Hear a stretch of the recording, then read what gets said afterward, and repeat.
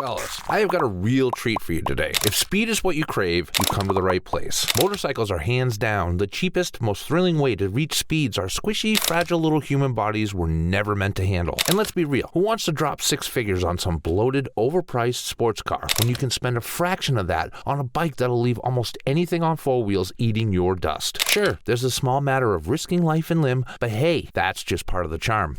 Now, before we get into it, just a quick timeout, guys. If you've enjoyed the content so far, could you take a second to like this video and subscribe to the channel? Over 98% of viewers watch these videos without subscribing. It costs you absolutely nothing, but it's a huge help to me in growing my channel. Thanks! Okay, here we go. Motorcycles might be getting pricier these days, slowly inching their way to luxury toy territory. But don't worry, there are still plenty of blisteringly fast, rock-solid bikes out there that won't have you selling a kidney. In fact, for under $8,000, you can get your hands on some seriously capable machines that have stood the test of time. So go ahead, rip up that loan application, start pocketing that lunch money, and let's dive into the 10 fastest motorcycles you can actually afford. Before the Busa came along to steal the spotlight, there was the Honda CBR 1100XX Super Blackbird, a bike so good, so absurdly fast, that it still holds a special place in my heart. I had one, I loved it. Before the ZX14R, the Blackbird was the speed king, and Honda back then. And now, well, things might be shifting again. With boosted V3 motorcycles on the horizon, who knows what kind of espresso-fueled fever dreams Honda's engineers are cooking up these days. Back in the day, though, the fierce rivalry with the rest of the Big Four, and even Ducati, pushed Honda to create some truly legendary machines. And the Super Blackbird? That was one of the wildest of them all. Motorcyclists in the late 90s and early 2000s were just wired differently. Back then, having the fastest production bike on the planet actually mattered. A lot. Why? Who knows? Bragging rights? Ego? A collective need for speed-fueled chaos? Whatever the reason, it was a big deal. And Honda, they wanted that crown. Enter the Super Blackbird, a bike built specifically to dethrone the reigning champ, the Kawasaki ZX11. With an 1137cc inline 4 pumping out 164 horsepower and 93 foot-pound of torque, the Blackbird could hit a blistering 188 miles an hour, all the way back in 1997. That's right, before some of you even existed. The Blackbird held on to the world's fastest title until 1999, when the Hayabusa stormed in and snatched the crown.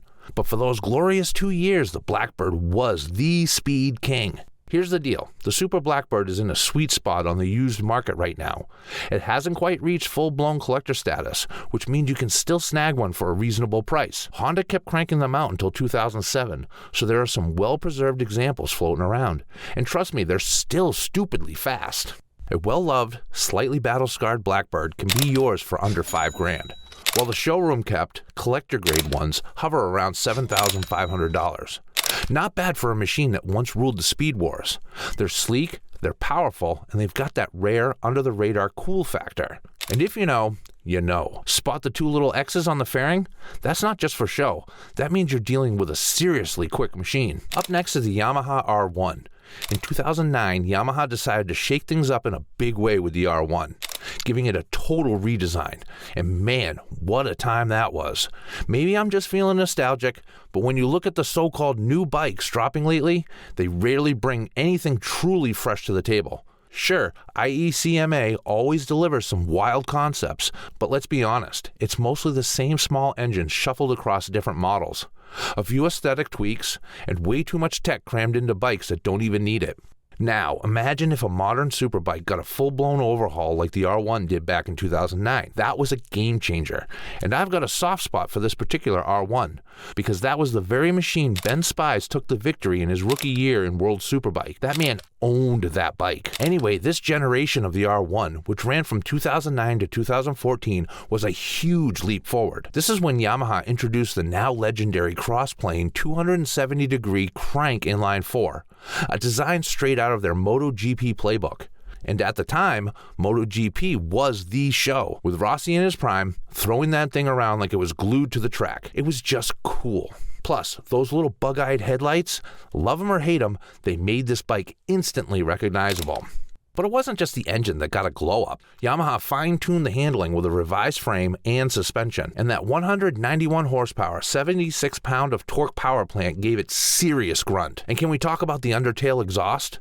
Absolute perfection. The subframe was reworked to shave weight and improve mass centralization, making the whole bike feel tighter, more responsive. Styling-wise, the twin round headlights and repositioned ram air intakes gave it a distinct, aggressive look. Honestly, even today, it still looks fantastic. The R1, kind of like the R6, is in this weird in-between stage right now. It's not quite an outdated relic, but it's not a full-blown modern classic yet, and that means pricing is all over the place.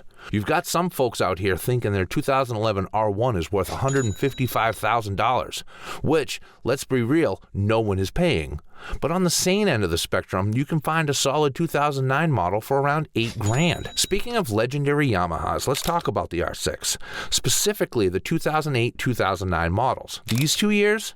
Peak R6. This is when Yamaha squeezed every last drop of performance out of the platform, making it the most powerful and lightest R6 ever. If you're looking for the vintage R6 to get, this is the one. With a 599cc inline-4 cranking out 127 horsepower and 43 foot-pounds of torque, and weighing in at only 414 pounds wet, it still holds its own today. Yamaha also introduced the YCCI variable length intake system in 2008, helping the bike absolutely scream at high RPM, right where the R6 lives most of its life. If you want a true supersport icon, this is it. What more can we even say about the R6? It's racked up 10 World Supersport Championships. It's been the weapon of choice for the most elite street squids in history. And let's be honest, if you've ever seen a guy in basketball shorts doing a high-speed wheelie down the highway, there's a good chance he was on an R6. Used prices have gotten a little out of hand lately, but an 08 or 09 model should still be within reach for under $8,000. A buddy of mine found one a few years ago for $7,200, so trust me, you can find one. Just be patient, and maybe avoid the ones with a mysterious past and a salvage title. Now, if you're in the market for a brand new bike that packs a ton of value, look no further than the Triumph Street Triple. It's one of my all-time favorites, but if you really want to maximize your dollar, finding a used one is the way to go. When Triumph bumped the Street Triple up to a 765 in 2018, the previous Gen 675 models seemed to settle into a perfect price bracket. Right now, you can pick one up for around $5,000 or $6,000 all day long. Powered by the legendary 675cc 3-cylinder, basically a detuned Daytona engine, this bike churns out 106 horsepower and 50 foot-pounds of torque. And in 2013, Triumph gave the Street Triple a serious overhaul, borrowing a bunch of upgrades from the Daytona, including a new frame, exhaust, suspension, and wheels. The result? A lighter, sharper handling machine that still holds up ridiculously well today. If you want a proper middleweight naked bike that's an absolute riot to ride, this is it. In 2013, the Street Triple R tipped the scales at just 403 pounds. That's 16 pounds lighter than the current 765R, making the Street Triple a ridiculously fun middleweight bike that has only gotten better with age. A used gen in good shape, insane value for what you get. Alright, back to Suzuki for a second. Besides the Hayabusa and the SV650, one could argue that Suzuki's crowning achievement came in 2005 with the release of the K5 GSX-R. When it dropped, this thing was a game changer. It wasn't just a little better than the previous gen, it was way better. A larger, more powerful engine, a brand new frame, updated brakes, and a fresh exhaust came together to create a bike that set the benchmark for superbikes. Fun fact, BMW used it as their reference point when designing the S1000R that debuted in 2009. Suzuki had the superbike game locked down in 2005. This bike was a monster. With 170 horsepower and 87 foot-pounds of torque, it was incredibly close to what you'd expect from a modern leader bike. Still, today it holds up as one of the best in terms of power-to-weight ratio for production motorcycles. The K5 and K6 GSX-Rs from 2005 to 2006 were the last of Suzuki's true superbikes before the Euro 3 emissions regulations kicked in. This meant Suzuki could really push the envelope on power without worrying about pesky emissions controls. So, in a way, this generation was the OG superbike era for Suzuki. And guess what? No traction control, no ABS on some models, just pure, unfiltered chaos. These bikes were death machines, certified piss missiles, if you will. Maybe that's why Suzuki's been stuck in a bit of a time warp with their engine tech ever since. They've never quite gotten over the K5, the K6 GSX-R, and the power-packed glory of that engine. Seriously, they're still using a version of that engine in some bikes today. It's honestly insane. It's like they've been riding on the high of that performance for over 15 years. And you know what? I don't blame them. Much like the R1, the R6, and the 2005-2006 GSX-R, the pricing on the K5 and the K6 GSX-Rs can vary quite a bit. You can find clean examples for right around $8,000. But if you're feeling extra wild, there are stretched, airbrushed, nitrous-boosted versions going for about $20,000. So you've got options. Or maybe you're more into the sport touring vibe.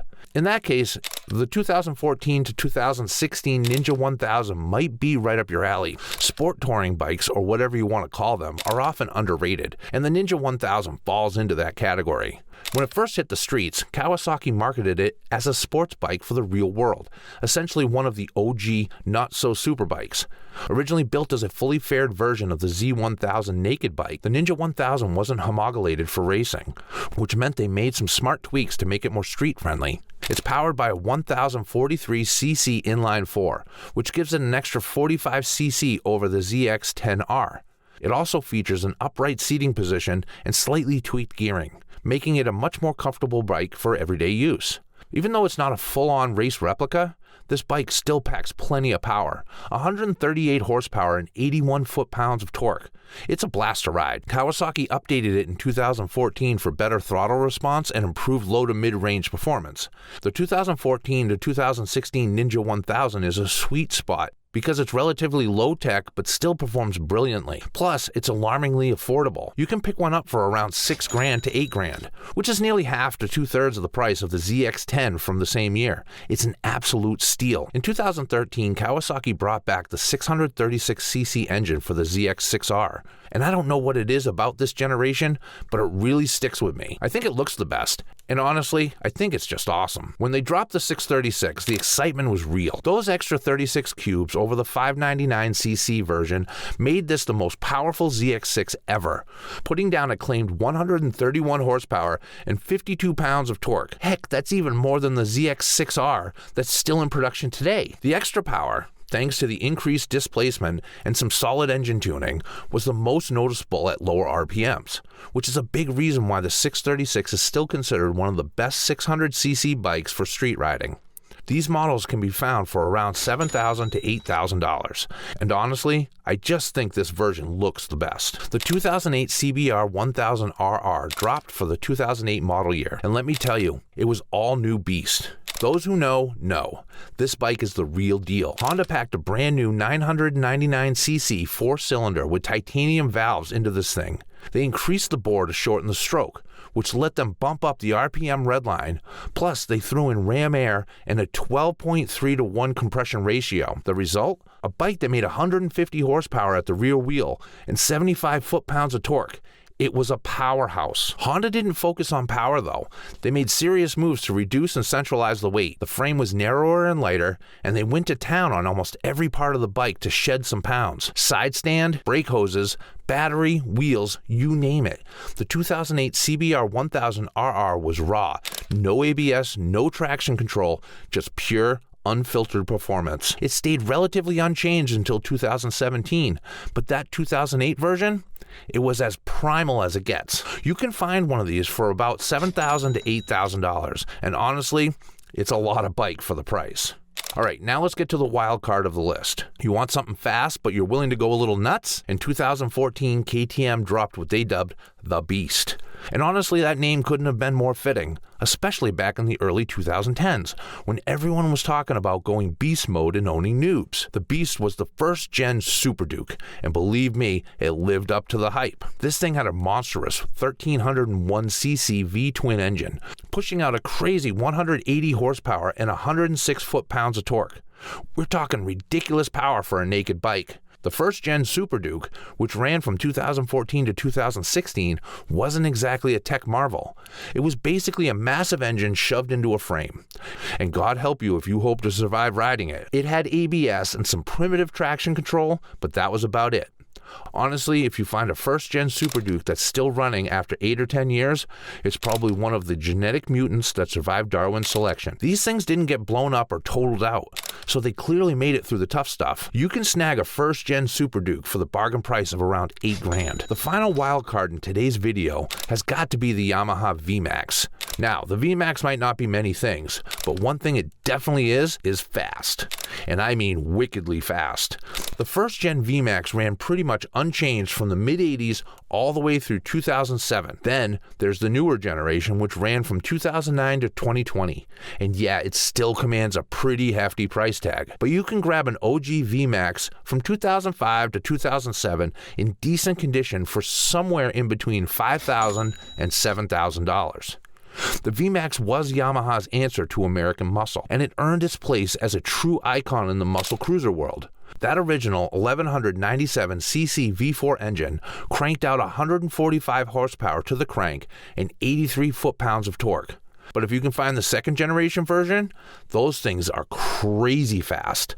Nothing that big should rev that high. Until next time, ride safe, ride fast, and keep chasing the horizon. See you in the next video.